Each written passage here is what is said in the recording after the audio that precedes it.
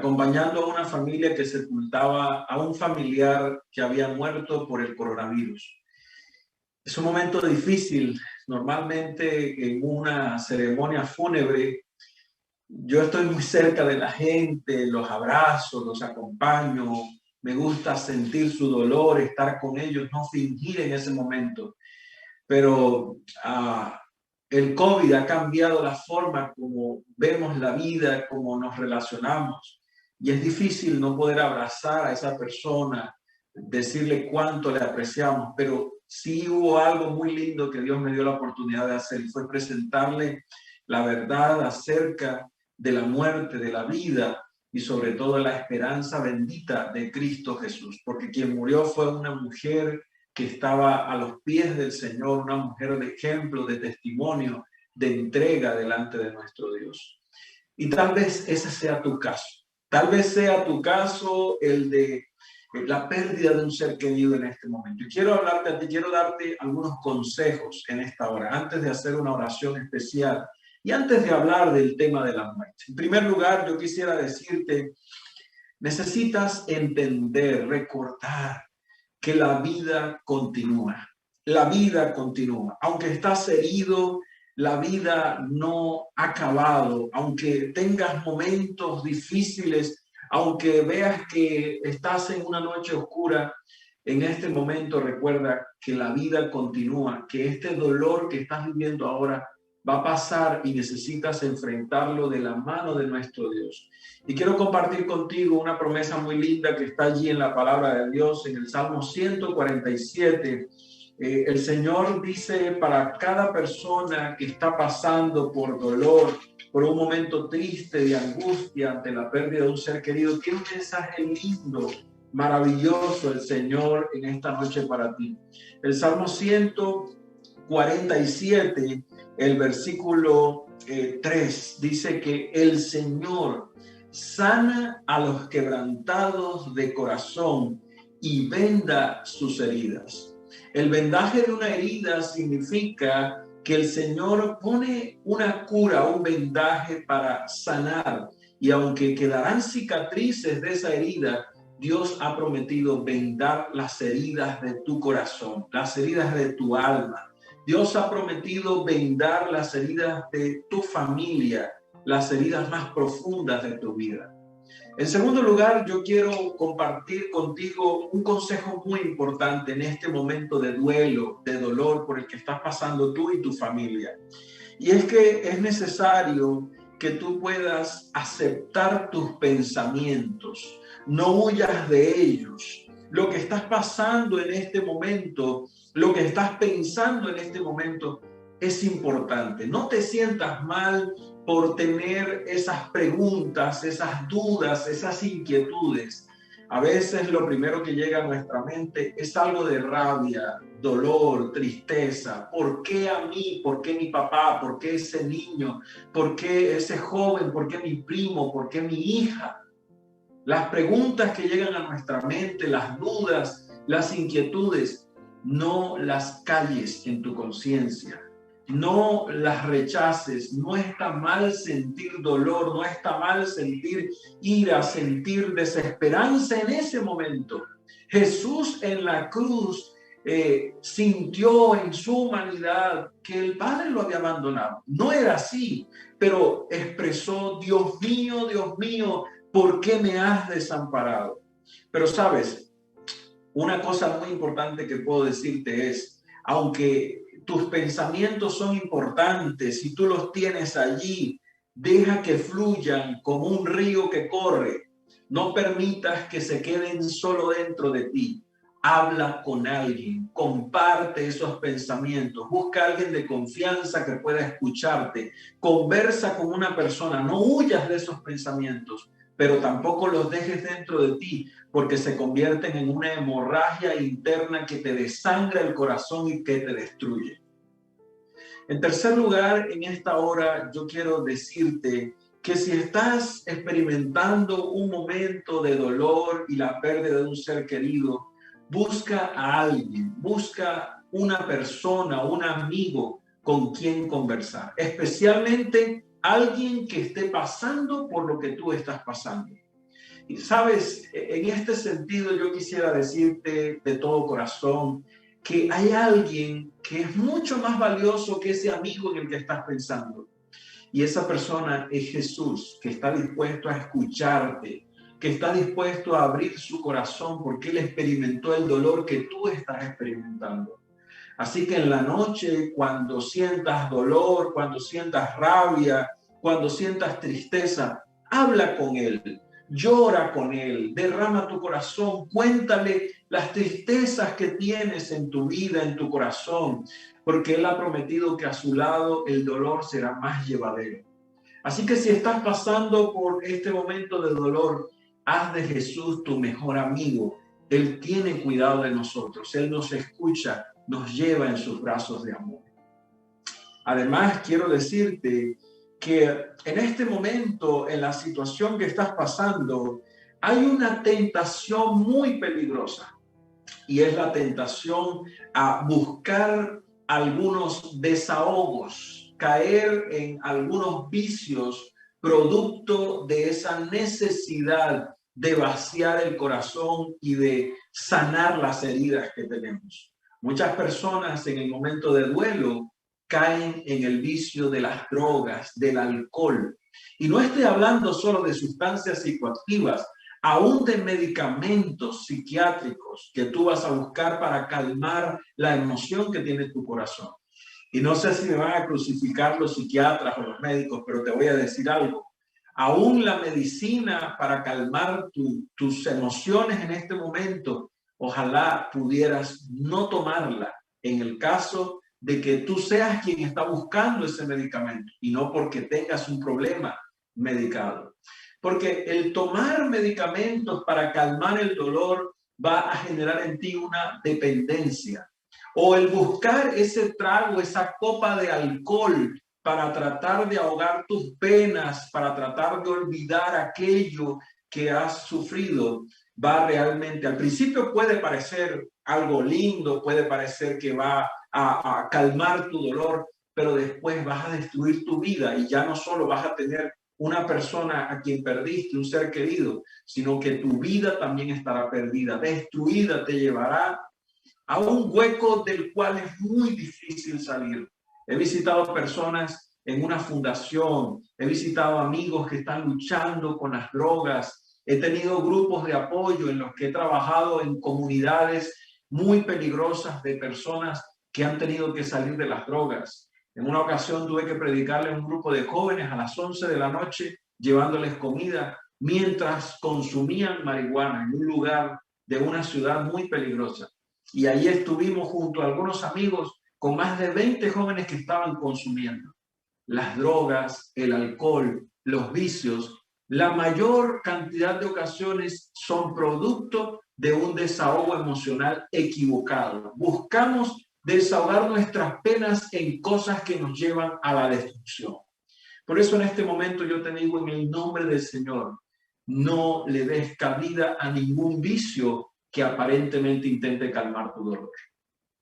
Además, en este momento, si tú estás pasando por un momento de duelo, por la crisis de la pérdida de un ser querido, yo quiero recordarte que hay personas que están vivas a tu lado que requieren de tu presencia.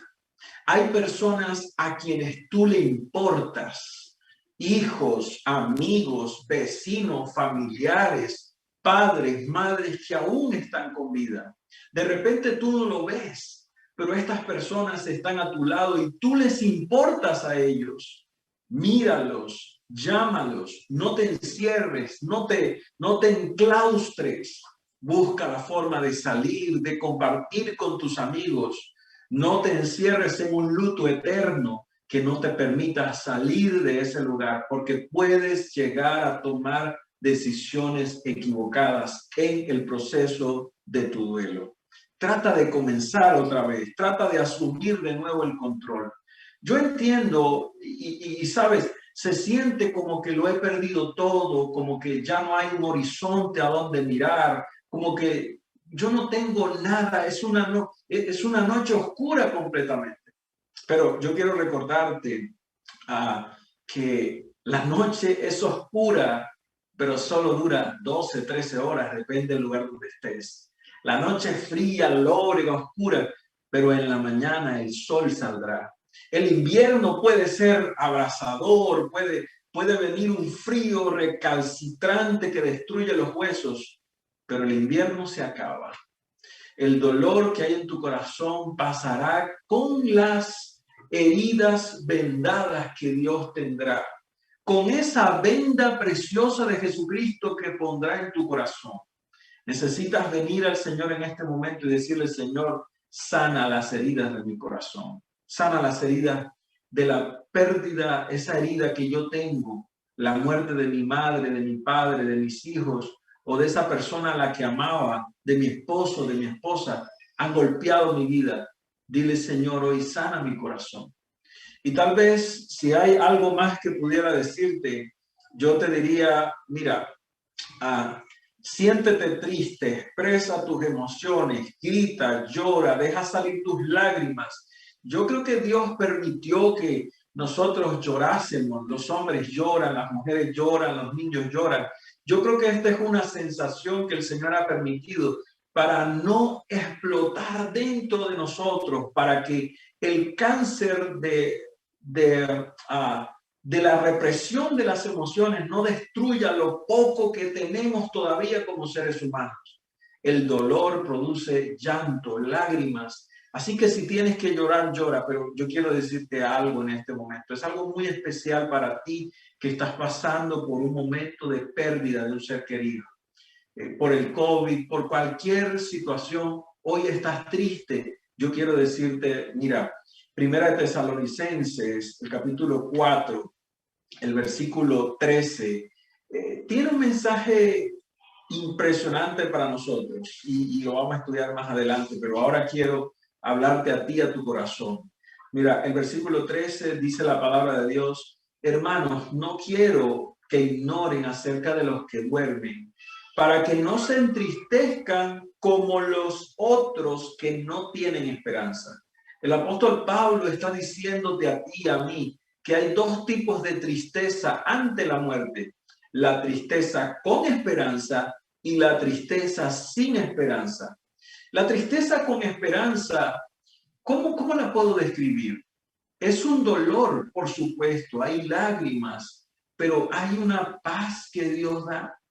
Pero la persona que no tiene esperanza, la persona que no cree en Dios, la persona que no entiende la vida, la muerte, cómo funciona la vida, cómo funciona la muerte, la persona que no acepta que Jesús murió para salvarnos de la muerte y restaurarnos al final de todo, no tiene esperanza. Y he visto, wow, en tantos funerales, cómo las personas pierden la cabeza. He visto personas tirarse contra una tumba, abrirse la cabeza con golpes de rabia, gritar, golpear un cajón. Momentos duros, momentos que impactan. He visto hijos intentando matar a sus padres en medio de un funeral, echándole la culpa de la pérdida de ese ser querido. ¿Sabes? La muerte es inexplicable, y cuando alguien no tiene esperanza, se desespera, pierde el control. Por eso Pablo dice: si tú te vas a entristecer, si vas a pasar por el duelo, no olvides tener esperanza, porque Dios está a tu lado. El Dios que nosotros conocemos es el Dios real que puede ayudarte, acompañarte en este momento de dolor. Yo quiero que no lo olvides, amigo, hermano, que estás allí en este momento. Pero además, yo quiero decirte algo muy importante, y es que en este momento de dolor, ten mucho cuidado, no te apresures a tomar decisiones. En medio del dolor, no te apresures a tomar decisiones. Ese familiar que perdiste seguro no habría querido que tomaras y despilfarraras tu vida, tus bienes, que vendieras esa casa, que te cambiaras de ciudad, solo por sacar de tu corazón el dolor que tienes. Tal vez eso te va a llevar a un problema aún mayor. Ten mucho cuidado, deja que Dios sane tu corazón antes de tomar decisiones en el momento correcto. Mira, sabes, recuerdo a esta mujer, ella perdió a su esposo de una forma misteriosa, y después de la muerte de su esposo, ella y sus hijas quedaron desamparadas en medio de la riqueza. Tenían edificios, casas, propiedades, al mismo tiempo otras deudas, y en medio de la presión, en medio del dolor, ella comenzó a vender cosas, a invertir y a sacar y a buscar y a tratar de solucionar los problemas. Y de repente, en menos de un año, ella lo había perdido todo, no tenía dónde estar después de ser una mujer prácticamente millonaria. Pero el dolor, la angustia, el momento de presión llevó a que muchas personas se aprovecharan de ella, destruyeran su vida, destruyeran la vida de sus hijas. Y solo cuando ella conoció a Dios y comenzó a caminar en el camino del Señor, yo tuve la oportunidad de bautizar a esa persona, tuve la oportunidad de estar allí en su casa, de orar con ella. Sabes, Dios cambia la perspectiva de nuestras vidas. Estás pasando por un momento de dolor, has perdido un ser querido en esta hora, tienes tu corazón achicharrado, chiquitico, estás triste. Quiero orar por ti en este momento. Acompáñame. Padre Celestial, en este momento sacamos un espacio muy especial antes de estudiar este tema tan importante. Y tomamos este momento, Señor, para orar, para recordar, para reflexionar, para compartir juntos este momento de dolor que alguien hoy está pasando en casa. Una madre que aún no ha superado la pérdida de su hijo. Un hijo que aún no ha superado la pérdida de sus padres. Una mujer que aún no supera la pérdida de su esposo. Alguien que murió siendo muy joven. ¿Cómo explicar esto, Señor? Pero hoy venimos delante de ti confiando en tu poder, en tu misericordia, en tu gracia, en el consuelo que viene de ti, porque tú sanas nuestras heridas y vendas las heridas más profundas de nuestro corazón para que ellas puedan cicatrizar con tu poder y tu presencia. Señor, quiero orar por ese amigo, ese hermano, esa familia que hoy está pasando por un duelo, en Fundación, en Ciénaga, en Santa Marta, en Barranquilla, en Bogotá, en Bucaramanga, por esa persona que está pasando por una crisis, por un duelo ahí en Valledupar, en Ecuador, en Chile, en Perú, en Estados Unidos, en cualquier rincón del mundo donde hoy esa persona está conectada con nosotros. Tal vez hay alguien que ha perdido la esperanza. Hoy, Señor, te pedimos, por favor, ven y danos la esperanza de creer en ti, en tus promesas, en tu salvación. Ahora vamos a abrir la Biblia, a estudiar este tema tan maravilloso, este tema tan importante. Y quiero pedirte, Señor, que nos des el entendimiento, la gracia, la sabiduría que solo vienen de ti. En el nombre de Cristo Jesús. Amén, amén, amén, amén. Amén.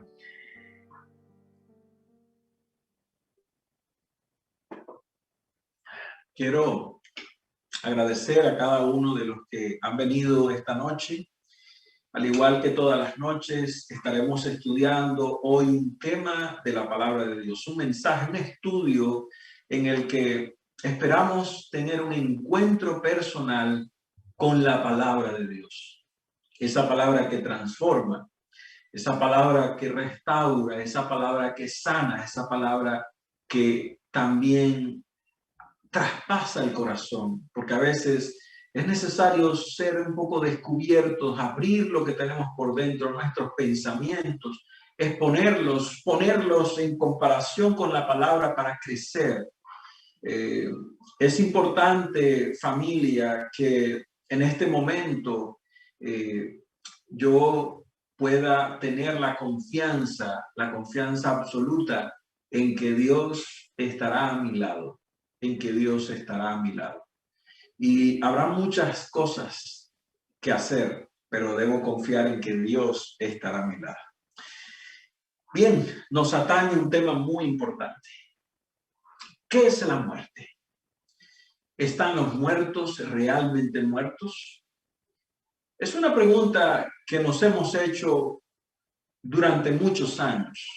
De paso, yo crecí observando un programa de televisión en un canal muy importante de Colombia, nacional. Teníamos un televisorcito pequeño en casa y recuerdo que, bueno, los domingos en la tarde a veces teníamos un espacio libre o de repente otro día de la semana, pero especialmente recuerdo el domingo en la tarde, eh, daban un programa que se llamaba China, la princesa guerrera. Yo me acuerdo de ese programa y en casa a veces lo poníamos con una tía que vivía allí con nosotros. Y recuerdo que a veces yo me escapaba en la mañana y buscaba la forma de prender el televisorcito porque me gustaba ver un programa que se llama Cuentos de los Hermanos Grimm.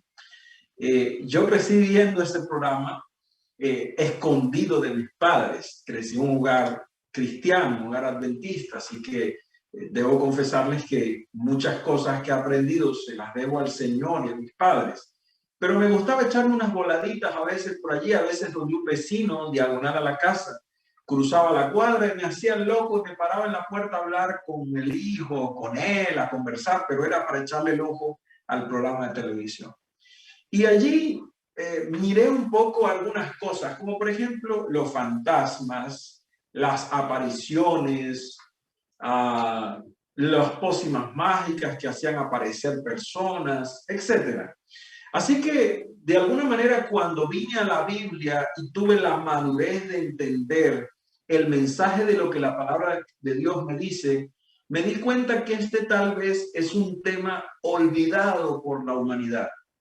Esta serie, Restaurando la Verdad, Levantando la Palabra, que es el título de esta serie, de alguna manera tiene el propósito precisamente de levantar la verdad de Dios en este tiempo, la verdad de la Biblia.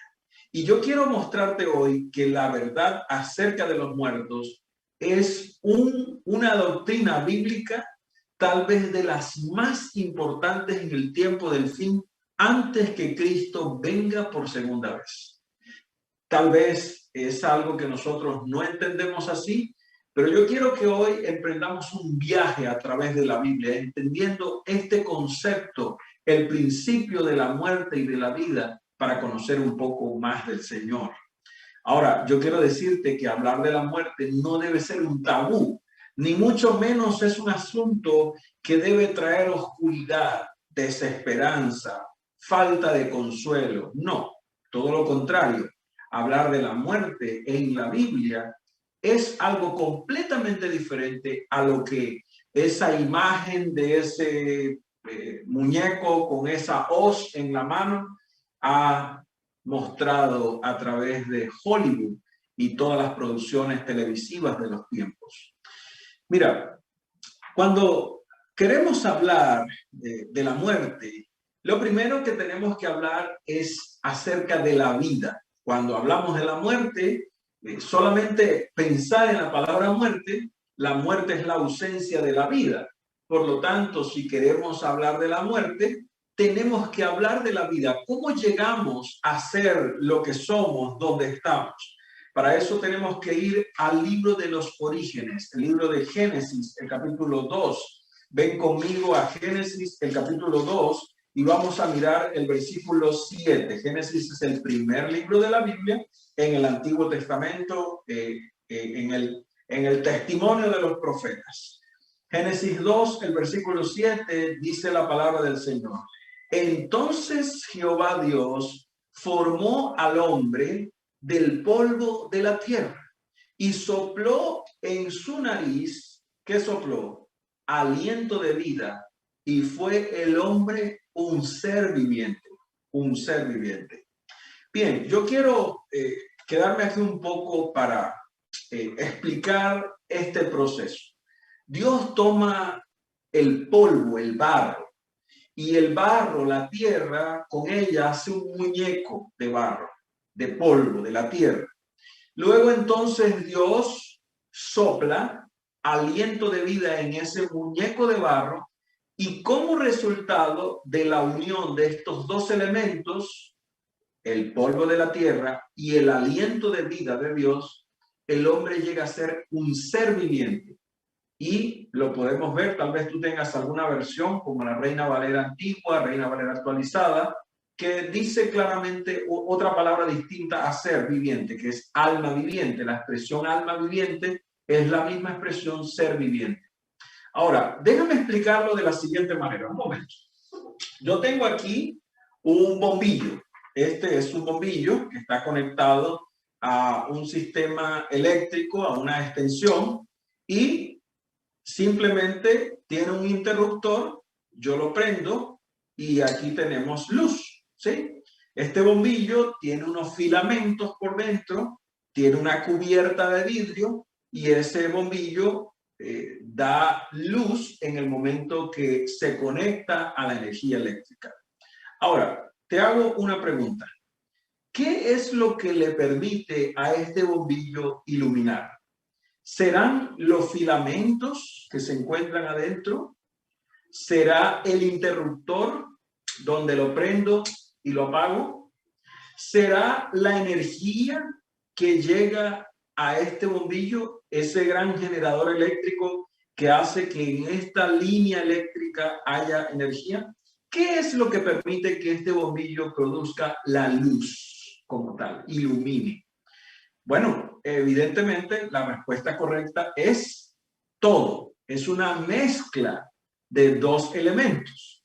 La fuente, la energía eléctrica que fluye a través de este medio conductor, llega a este bombillo cuando el interruptor se sube, ¿ok? Si el interruptor está abajo, yo lo que hago es cortar la fuente de energía que llega a este bombillo. Ahora, ¿qué pasa si el bombillo físicamente está destruido, está quemado? ¿Podrá acaso iluminar? No, no va a iluminar.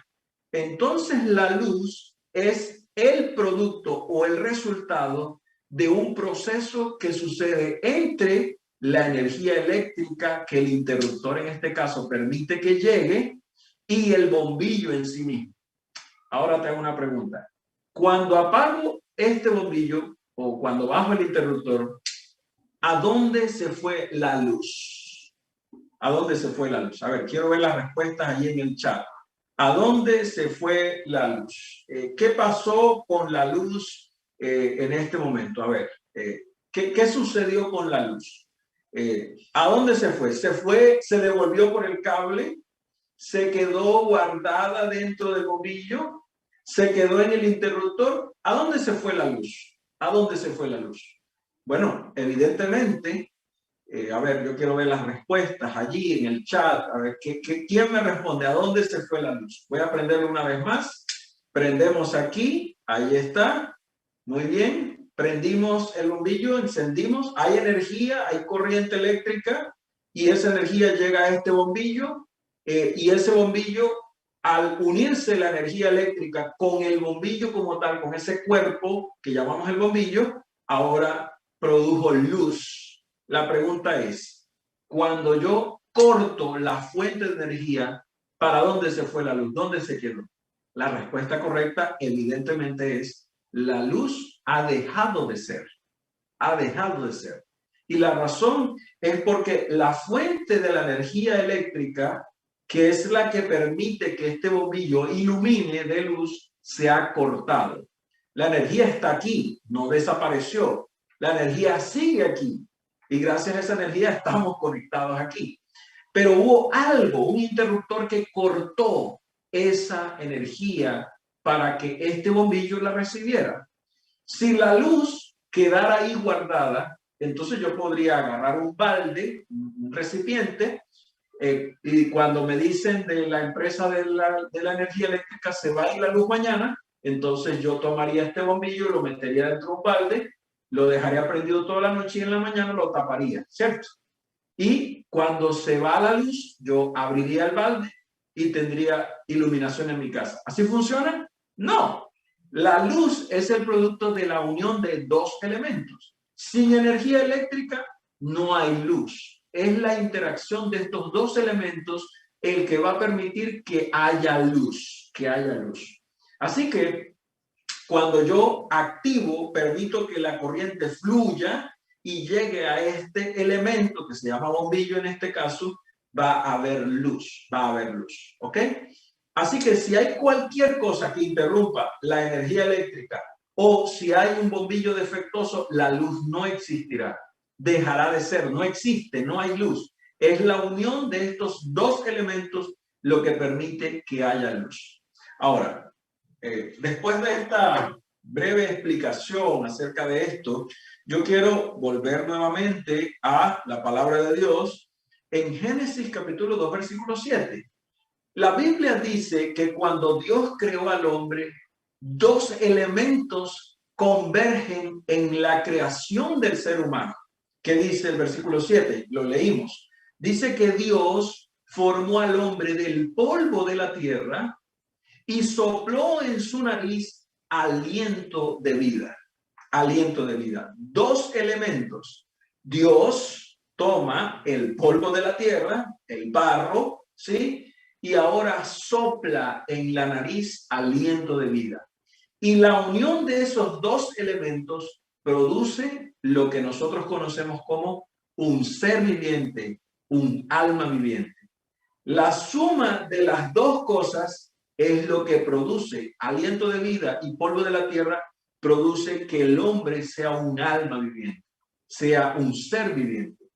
Los científicos, los neurólogos, los genetistas, los estudiosos de la vida han querido reproducir la vida, pero no es posible. No es posible entender por qué un átomo no se puede desintegrar. ¿Cómo se sostiene ese átomo? Esa vida en sí misma que no permite que los electrones, los neutrones, los protones y estos elementos se desintegren, sino que reaccionen entre sí. ¿Cómo no es posible que esto suceda? Allí está la respuesta, se llama Dios, el gran generador de la energía del universo que sostiene todo. Por lo tanto, si el hombre es la suma de dos elementos que se llama polvo de la tierra y aliento de vida, entonces, ¿qué es la muerte? La muerte es la interrupción de alguno de esos elementos. Y ven conmigo a la Biblia para que miremos Eclesiastés, el capítulo 12, el versículo 7. Eclesiastés 12, 7. La palabra de Dios nos dice así,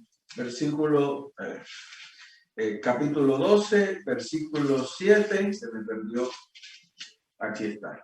Gracias, aquí, yo sé que está proyectado, pero yo siempre lo veo de acá, ustedes ya se adelantaron conmigo. Dice la palabra de Dios, ¿cierto? El polvo vuelve a la tierra como era y el espíritu vuelve a Dios quien lo dio. Ahora te hago una pregunta. ¿Qué es lo que vuelve a Dios? ¿El ser, el alma viviente o el espíritu que Él dio para que esa alma existiera? La Biblia dice que los dos elementos se separan y al separar esos dos elementos, vuelvo al ejemplo que estamos teniendo. Un ejemplo tal vez no sea el mejor, pero en el momento cuando el espíritu vuelve a Dios, esa fuente de energía, ese aliento de vida, que es lo que sostiene a la persona, al ser humano con vida, y el polvo, el cuerpo vuelve a la tierra, entonces hay un corte de ese fluido. Simplemente Dios retiene para sí el espíritu, que es el aliento de vida, y el polvo vuelve a la tierra. El polvo vuelve a la tierra.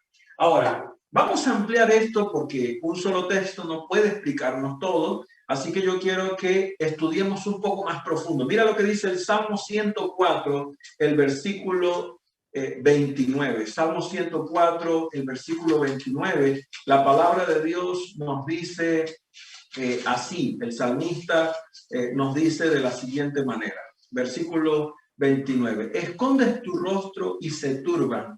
Les quitas el hálito, el aliento de vida. ¿Y qué pasa? Dejan de ser y vuelven al polvo. Hablando del ser humano. Al quitar Dios el aliento de vida, que es su espíritu, que es la capacidad, no estamos hablando del Espíritu Santo, estamos hablando del aliento de vida, ese espíritu que es la fuente de energía que Dios ha puesto en el ser humano, dice, el ser humano deja de ser y vuelve al polvo. Quiero que vayas conmigo a un texto más. Génesis, el capítulo 3, el versículo 19. Lo estudiamos creo que hace 2 días atrás en esta serie. Es importante que veas todos los temas secuenciales. Génesis, el capítulo 3, el versículo 19. Dice el Señor, con el sudor de tu rostro comerás el pan. ¿Hasta qué? Hasta que vuelvas a la tierra, porque de ella fuiste tomado. O sea, tú vas a trabajar duro toda tu vida hasta la muerte, ¿sí? Hasta que vuelvas a la tierra, porque polvo eres y al polvo volverás. Una vez más, claramente el Señor nos habla de volver al polvo, esa necesidad, ese resultado de la muerte que es volver al polvo como tal.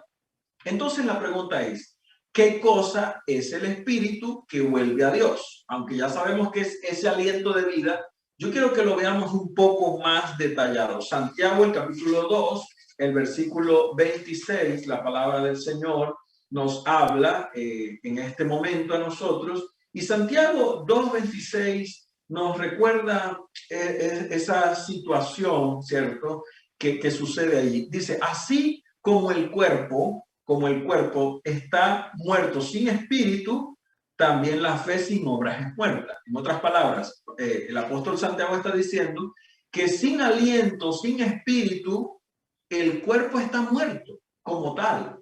No hay vida en este cuerpo. Bien, algo más. Vamos a ir un poco más para que de pronto entendamos mejor este tema. Job capítulo 27, el versículo 3. Mira cómo lo expresa Job y vamos a ir poco a poco, momento a momento, apunta todos los versículos. Job capítulo 27, el versículo 3. Que todo el tiempo que mi alma esté en mí y que haya hálito o aliento de Dios en mis narices. Está hablando de la vida. Mira, ¿cómo puede estar el alma en Job? ¿Cómo puede ser un alma viviente? Mientras haya ¿qué? Podemos poner el versículo otra vez. Mientras haya hálito de Dios, mientras haya aliento de Dios en sus narices. La respiración nuestra es la representación del aliento de vida que viene de Dios. Y prueba de esto es que una persona puede vivir con un respirador mecánico, por supuesto. Pero ¿por qué una persona muere si el respirador sigue funcionando? Porque la vida no está en el respirador mecánico. Tal vez hay alguna afectación pulmonar, pero el respirador mecánico solo ayuda a efectuar, a sostener la vida de esa persona. Pero el aliento de vida, la respiración que tenemos, o algunos de ustedes tienen una maquinita y en las noches se conecta y en el día se prende para respirar. No, es constante. Yo estoy hablando y estoy respirando, ni siquiera lo puedo percibir. Eso viene de Dios y el santo Job, como lo conocemos muchos, lo dice claramente, mientras haya hálito de vida en mí, y yo tengo el alma conmigo, soy un alma viviente. Ahora, es importante entender esto porque el espíritu que vuelve a Dios en la ocasión de la muerte es precisamente el hálito, el aliento de vida. De hecho, yo quiero ser muy claro en esto. En ninguna parte de las escrituras nosotros vamos a atribuirle al espíritu vida como tal. El espíritu, así en esta expresión, en este contexto, no se le atribuye al espíritu ni sabiduría, ni sentimientos, ni emociones después de que una persona está muerta. En otras palabras, el espíritu que vuelve a Dios en la muerte, entonces es el aliento de vida. Entonces la pregunta es, bien, si el espíritu vuelve a Dios, entonces, ¿qué es el alma? ¿Qué es el alma? Y es una buena pregunta, porque aunque ya conocemos que el alma, el ser viviente, es el producto de la suma de los dos elementos, el espíritu de vida de Dios, que es el aliento de Dios, el cuerpo, que es el polvo de la tierra, el resultado del alma es la capacidad de pensar, el ser vivo como tal, la capacidad de razonamiento, el movimiento, la energía propia que Dios nos da para movernos, para pensar, para hacer. ¿Qué dice la Biblia acerca entonces del alma? Bueno, la Biblia nos dice que Dios, bueno, lo podemos leer una vez más, Génesis 2:7, que Dios formó al hombre, a la mujer, del polvo de la tierra. Y es la unión de estos dos elementos lo que produce el alma. Entonces, entendiendo esto, comprendiendo esto, debemos saber que el alma es simplemente un ser vivo, es un ser vivo como tal. El alma siempre es la combinación de dos cosas, el cuerpo más el aliento. Como lo poníamos ahora en el ejemplo, la luz, en este caso que representaría al alma, es la suma de dos elementos, la presencia de un bombillo que representaría el cuerpo y la energía que viene de Dios que representa el aliento de vida. Ahora, vamos un poco más porque la pregunta es, listo, ya conocemos eso, el aliento de vida vuelve a Dios. Ahora la pregunta es, ¿pueden morir las almas o el alma muere? Aunque ya lo hemos estudiado, algunas personas insisten que el alma es inmortal.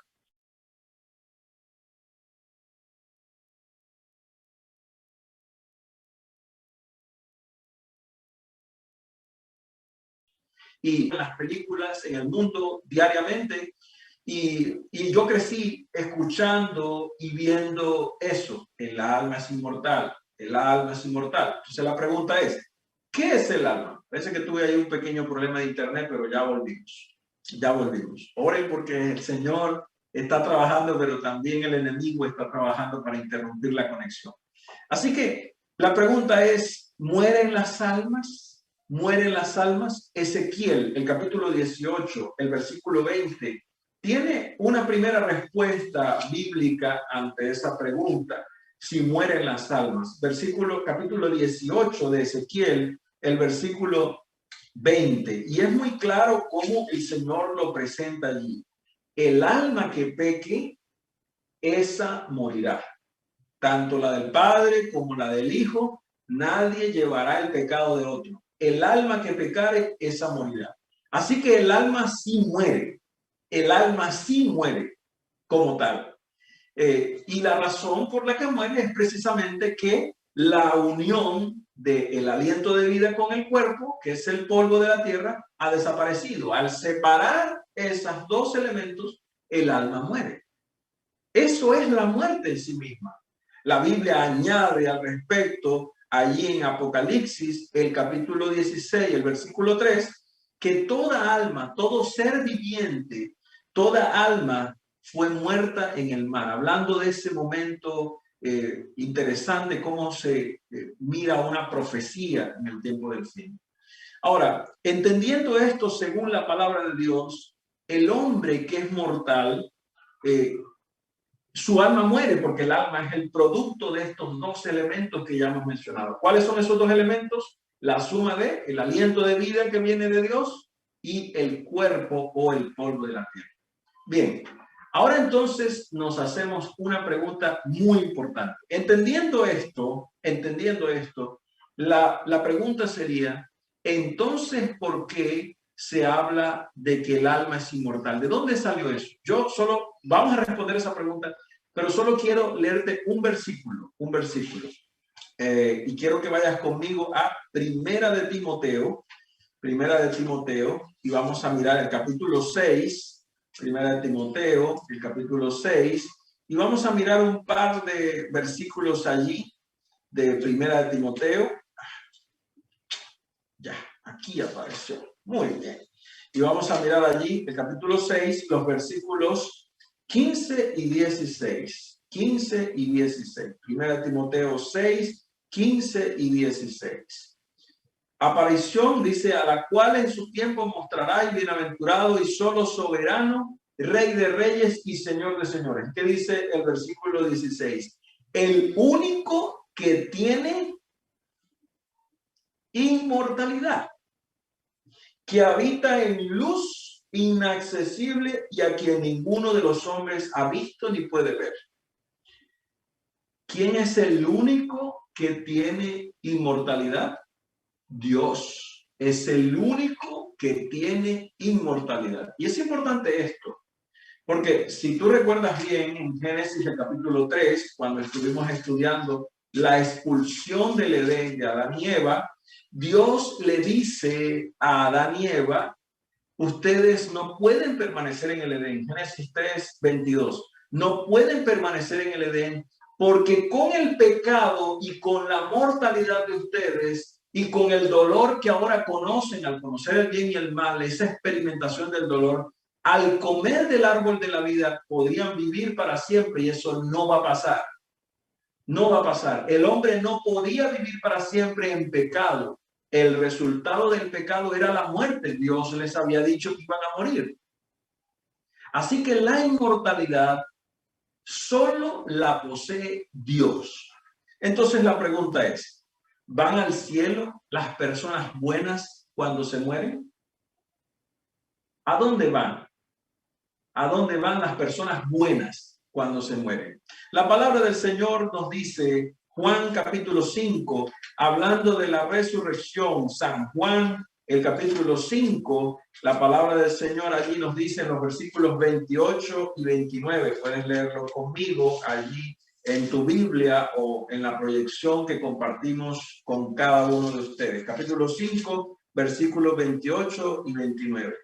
No os asombréis de esto, porque llegará la hora cuando todos los que están en los sepulcros oirán su voz, y los que hicieron lo bueno saldrán a resurrección de vida, pero los que hicieron lo malo a resurrección de condenación. ¿Qué es esto que está diciendo la Biblia? La palabra de Dios me está diciendo que cuando Cristo venga, los muertos buenos, ¿dónde están? En el sepulcro, están todavía en la tierra sepultados, sea que hayan sido cremados, sea que hayan muerto en un barco, sea que están en la tierra. Su cuerpo es polvo, dejó de ser, se descompuso, se destruyó ese cuerpo. Ahora, ¿hay algún problema para Dios en rehacer ese cuerpo? Pero nosotros necesitamos entender esto, porque la Biblia nos dice que cuando Jesús venga, los muertos oirán la voz de Dios y resucitarán. Ahora, si los muertos estaban con Él en el cielo, ¿cómo es que el Señor los va a resucitar cuando venga? O sea que pasaron a mejor vida, alegóricamente hablando, y tal vez sarcásticamente hablando, pasaron a mejor vida y después de estar en mejor vida, Dios volverá a darles el cuerpo mortal que tenían. Dios volverá a darles una configuración humana. Interesante. ¿Recuerdas cuando Jesús resucitó y después de resucitar, algunos de sus discípulos pensaron que era un espíritu? Porque tenían la idea arraigada del mundo entero, de esa gran idea de que los espíritus están vivos o que los espíritus son almas o personas andantes, incorpóreas, sin cuerpo. El Señor Jesús le dijo a los discípulos, tocadme, palpad y ved. Y recuerdan a Andrés, ese discípulo incrédulo, que tuvo que tocar el costado de Jesús, la herida en su costado, tocar sus manos, ver sus heridas. Jesús no era un espíritu, no era algo incorpóreo, un ser humano plenamente, siendo Dios, por supuesto. Ahora, es importante entender esto. Mira, la Biblia dice en Hechos capítulo 2, el versículo 29 y el versículo 34, podemos leer esos dos versículos, Hechos 2, 29 y 34, hablando de David. David murió y fue sepultado, y su sepulcro está hoy con nosotros. David está todavía sepultado hasta el día de hoy. Y dice el versículo 31. Viéndolo antes, pues vamos a leer el versículo 34. David no subió a los cielos. ¿Cómo? Tremendo. David no subió a los cielos. Ahora, podríamos decir, no, es que David fue un hombre malo, no fue salvado por Dios. Mucho cuidado. David es un hombre que está catalogado como una persona que será salva por el Señor, un hombre conforme al corazón de Dios, pese a sus defectos. Pero la Biblia me dice en Hechos 2:34 que David no subió a los cielos. Estamos hablando de las personas buenas. Ahora, Job capítulo 17, el versículo 13, Job dice que en el sepulcro estará su casa hasta que Dios venga. El sepulcro, el Seol, será su casa en las tinieblas, allí queda postrado.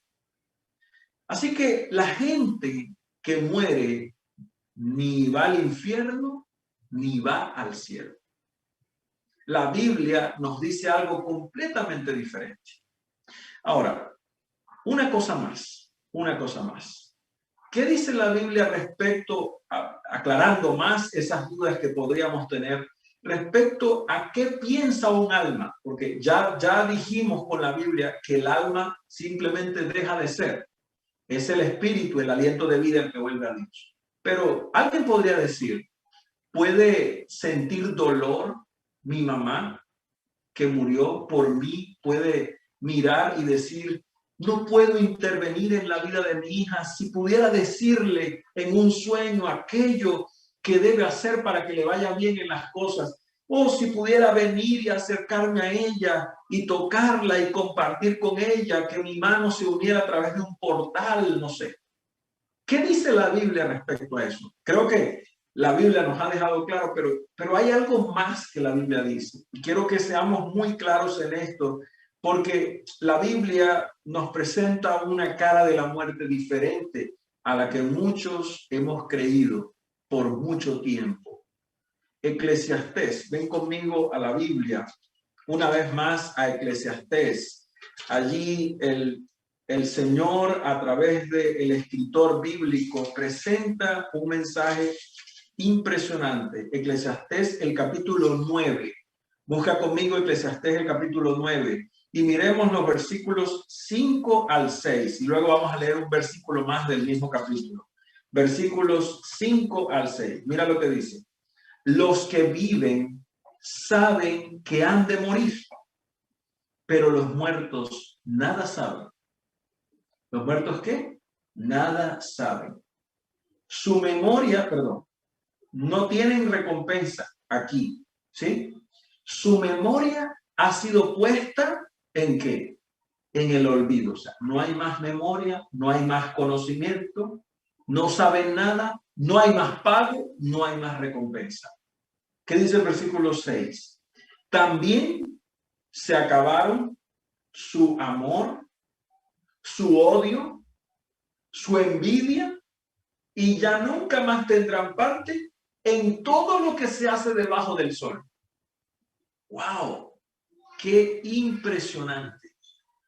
No hay dolor, no hay odio, no hay envidia, pero tampoco hay amor. Así que la persona que muere ha dejado de sufrir. Y por supuesto, la persona que muere en Cristo no solo ha dejado de sufrir, sino que ha garantizado que en su descanso esperará la resurrección para ser transformado y disfrutar de esa nueva Jerusalén de la que hemos hablado en este estudio. Así que los muertos nada saben, su memoria ha sido puesta en el olvido. Y ven conmigo un versículo más del mismo capítulo 9, el versículo 10. El versículo 10 dice, todo lo que tengas a la mano para hacer, hazlo ahora, según tus fuerzas. Porque en el sepulcro, en el Seol, a donde vas, no hay obra, no hay trabajo, ni hay ciencia, ni hay sabiduría. No hay acciones, no hay decisiones, no hay ocupaciones, no hay nada. El que muere ha dejado de ser, ha dejado de ser. Por eso la muerte es de alguna manera el producto del pecado, pero también una bondad temporal de Dios para el pecador. El sufrimiento del ser humano llega a su fin con la muerte. Y el que muere en Cristo no solo ha parado de sufrir, sino que ahora está esperando claramente la resurrección, esperando dormido allí sin conciencia, ¿cierto? Esperando la resurrección que viene del Señor Jesús en el día final. La palabra de Dios también nos dice en el Salmo 115, el versículo 17, que los muertos no alabarán a Jehová, ni cuantos descienden al silencio. Así que los muertos no están en el cielo cantándole a Dios, ni los buenos ni los malos.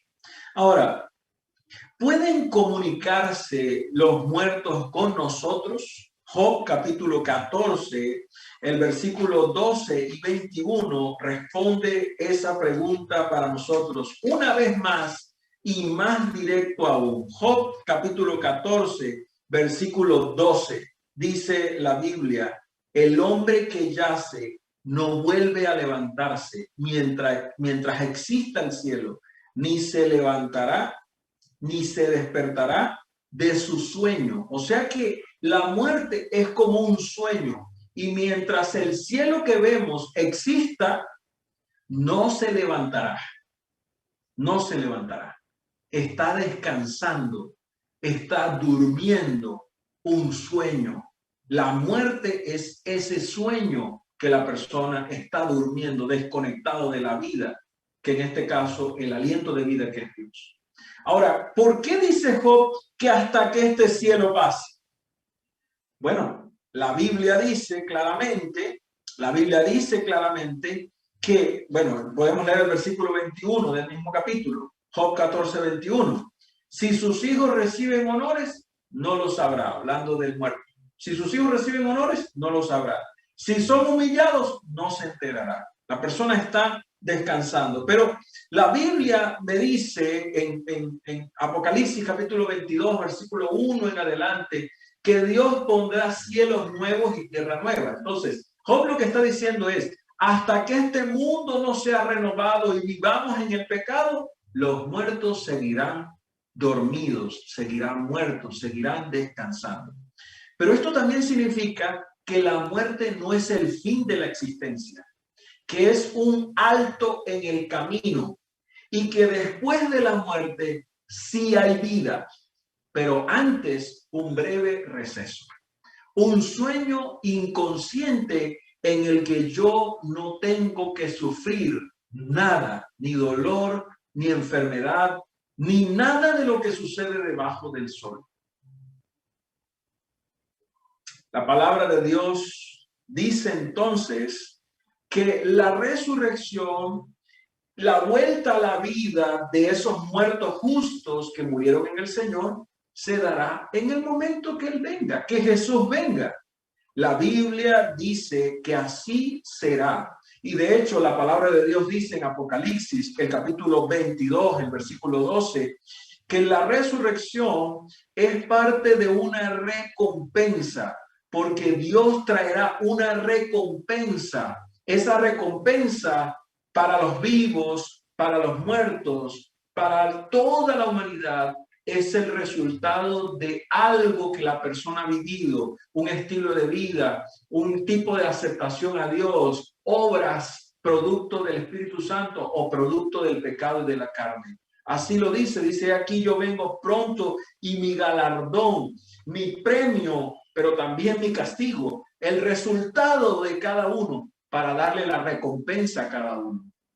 Y la Biblia dice entonces en Primera de Tesalonicenses, el capítulo 4, texto que leímos antes de orar el día de hoy, Primera de Tesalonicenses, el capítulo 4, dice algo impresionante, y este tal vez es uno de los textos más importantes para entender el tema del estado de los muertos y la resurrección. Dice el versículo 13, 4:13 en adelante, dice la palabra del Señor: tampoco queremos, hermanos, que ignoren acerca de los que duermen. Está hablando de la muerte, que es como un sueño, ya lo leímos.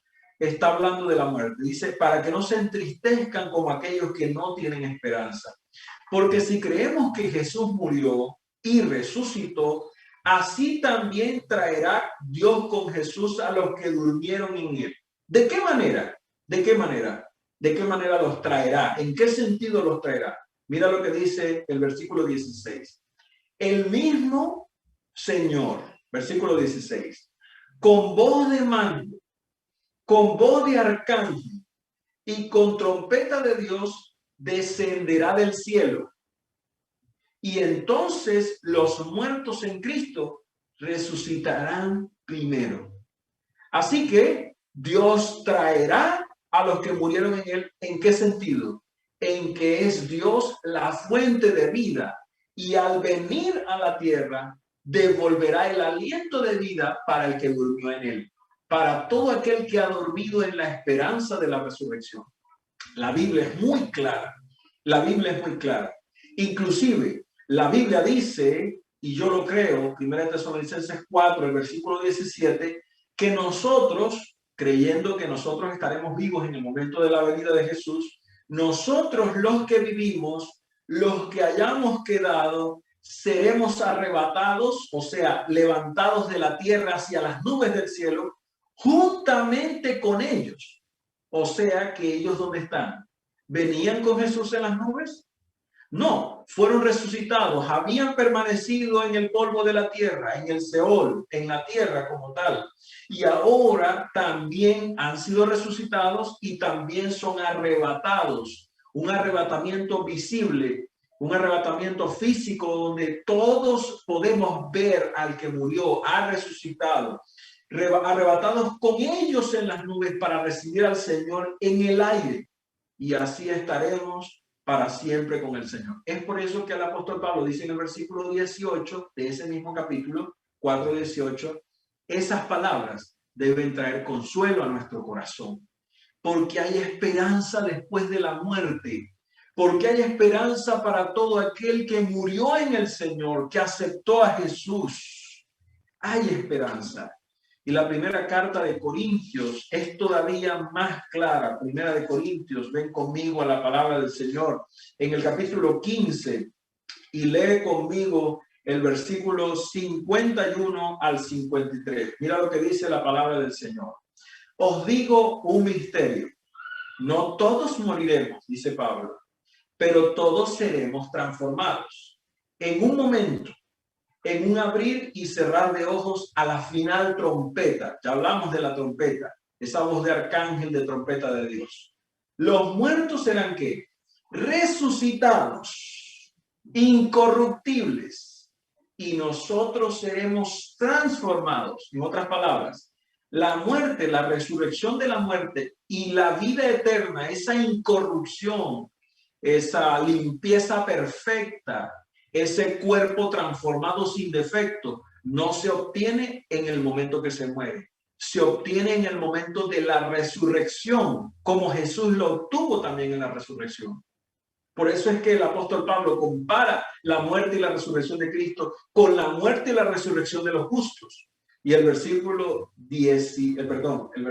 52 dice, nosotros seremos transformados. Y dice el versículo 53, porque es necesario que esto corruptible, la carne, el pecado que hay en nosotros, se vista de incorrupción, y que esto mortal se vista ¿qué dice?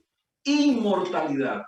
Así que solo en el momento de la resurrección, que es una resurrección a una naturaleza perfecta, transformada sin pecado, el hombre y la mujer, el ser humano, volverá a ser inmortal. Volverá a ser inmortal. Así que la inmortalidad del alma, la inmortalidad del ser humano es el producto de una experiencia de caminar con Dios que se da y que se culmina en el momento cuando Jesús viene y le dará la inmortalidad a toda persona que ha decidido volver a el Edén, volver a Él. Esa inmortalidad que se había perdido será recuperada por aceptar la salvación de Cristo Jesús. Alabado sea el Señor por eso. Ahora, familia, en este momento yo quiero ser muy claro contigo. Y tal vez hoy me voy a tomar unos minutos más. Tú decides si permaneces allí. El Espíritu Santo va a decirte algo hoy que tal vez nunca habías escuchado. Y si lo habías escuchado, es hora de tomar decisiones. ¿Sabes? En el Edén, Génesis, el capítulo 3, la primera mentira de Satanás, tal vez la mentira más importante que Satanás ha dicho, ha sido la mentira más recalcitrante que ha golpeado el corazón del ser humano, que llegó a lo profundo. Y dice Génesis, el capítulo 3, el versículo 4.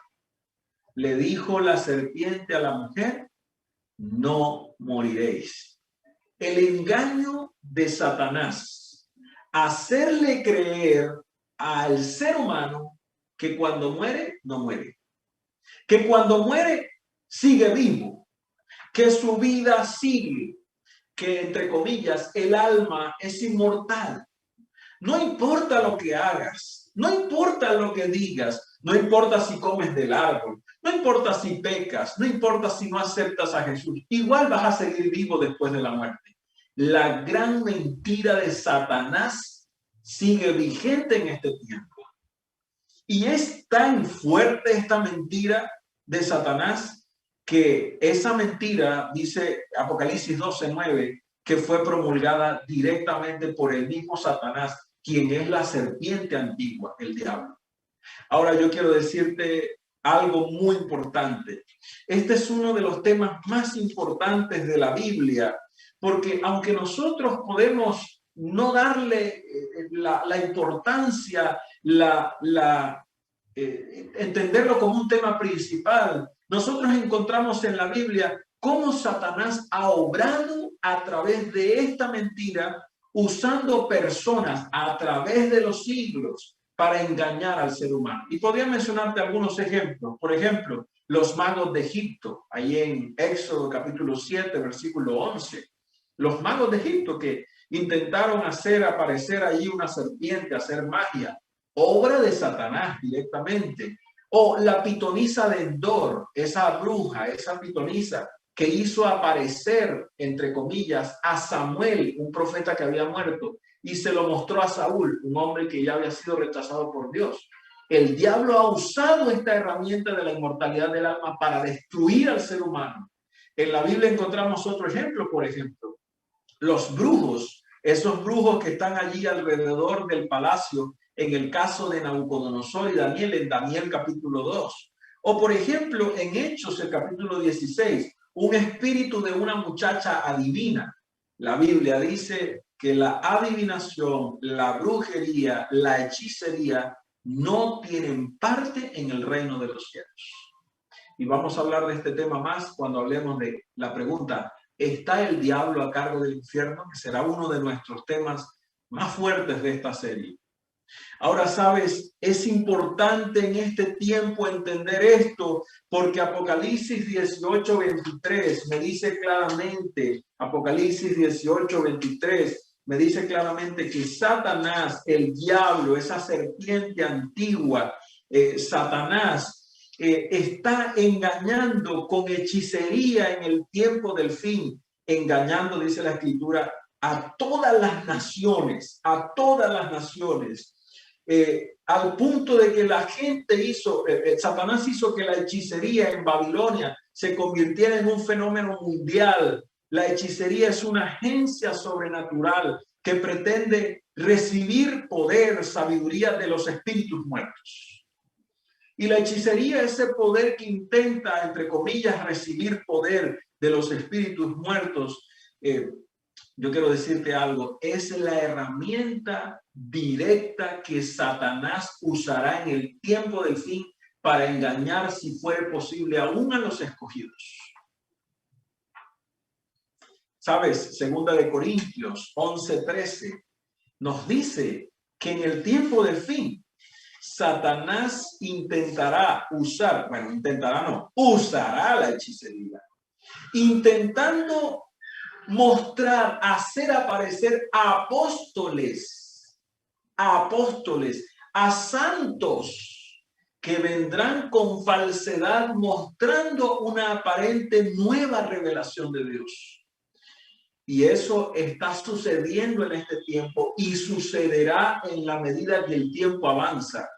Personas aparentes apóstoles de Cristo que resucitarán, entre comillas, o volverán a la vida y aparecerán en forma de espíritus o en forma de seres humanos para tratar de presentarse ante la gente diciendo que la Biblia ha sido cambiada o enseñando cualquier verdad, hablando palabras de bondad, pero detrás de ellas con el engaño y el veneno de Satanás.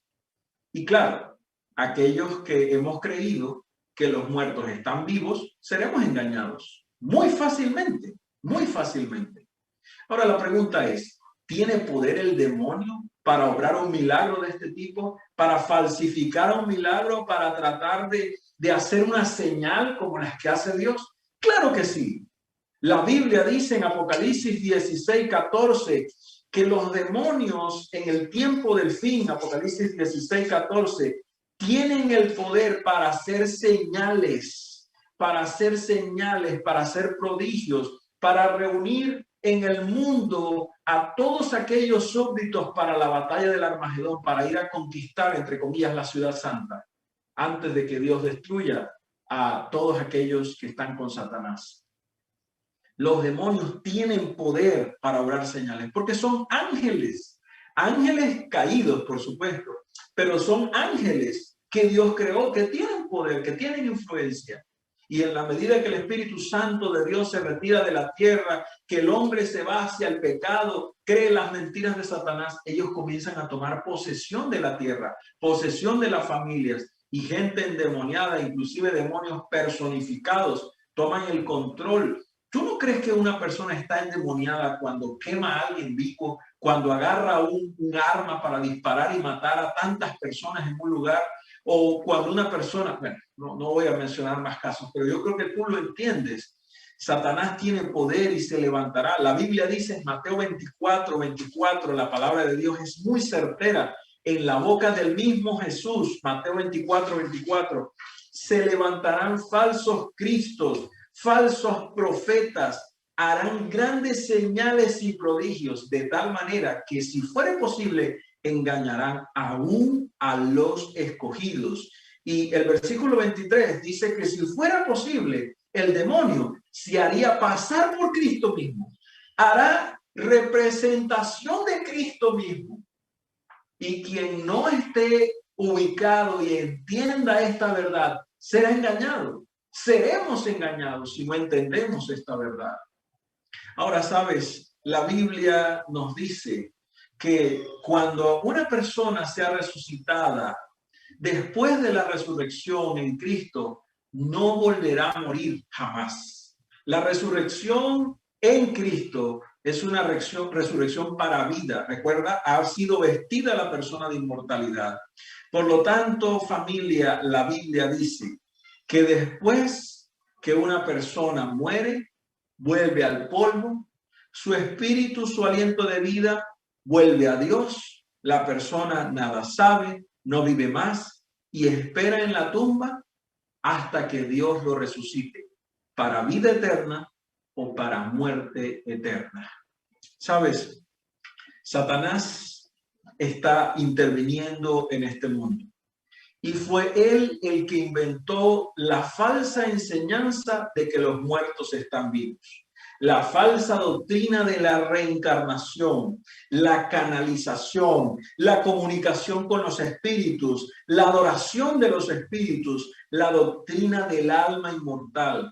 Todas son invenciones de Satanás con un propósito: convencer a la gente que cuando uno muere, en realidad no muere.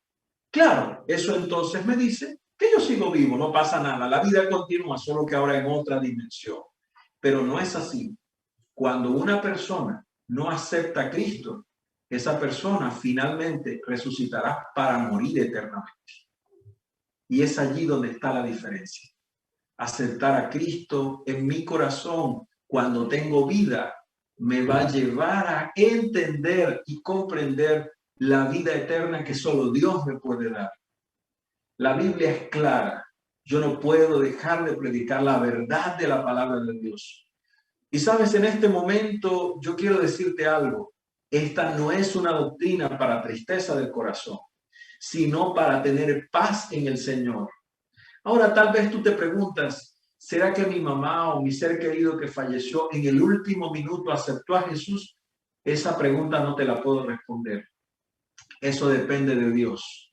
Aún al pie de la cruz, cuando Jesús estaba siendo crucificado, le aseguró al ladrón que estaba al lado, que creyó en él, que cuando él viniera estaría con él en el paraíso.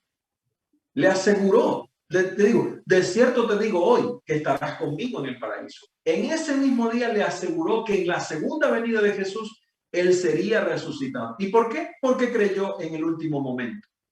Pero ¿esperarás tú el último momento, tú y yo, que hoy tenemos una mente consciente para ser bautizados, para aceptar al Señor, para decirle, Señor, acepto tu palabra, para decirle, Señor, acepto la salvación, la vida eterna, quiero vivir contigo, quiero ser restaurado para siempre, quiero estar a tu lado por la eternidad, quiero tener inmortalidad con una vida perfecta, sin pecado, sin dolor?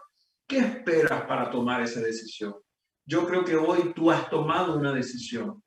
Está en tus manos la verdad de la palabra de Dios. Ella ha sido lo suficientemente clara para nosotros. Y es por eso que en este momento yo quiero confirmar en el nombre del Señor la decisión que tú has tomado. ¿Me permites orar por ti? Oramos. Padre Celestial, en este momento como tu hijo, como el medio que tú has escogido para predicar la palabra, yo he abierto la Biblia por la influencia del Espíritu Santo para traer este mensaje de verdad a cada persona que está conectada en este momento, en este mensaje. Señor, gracias porque tú no eres un Dios malo, que tienes una parrilla donde la gente sufre en un infierno saltando por sus pecados, ahí quemándose eternamente.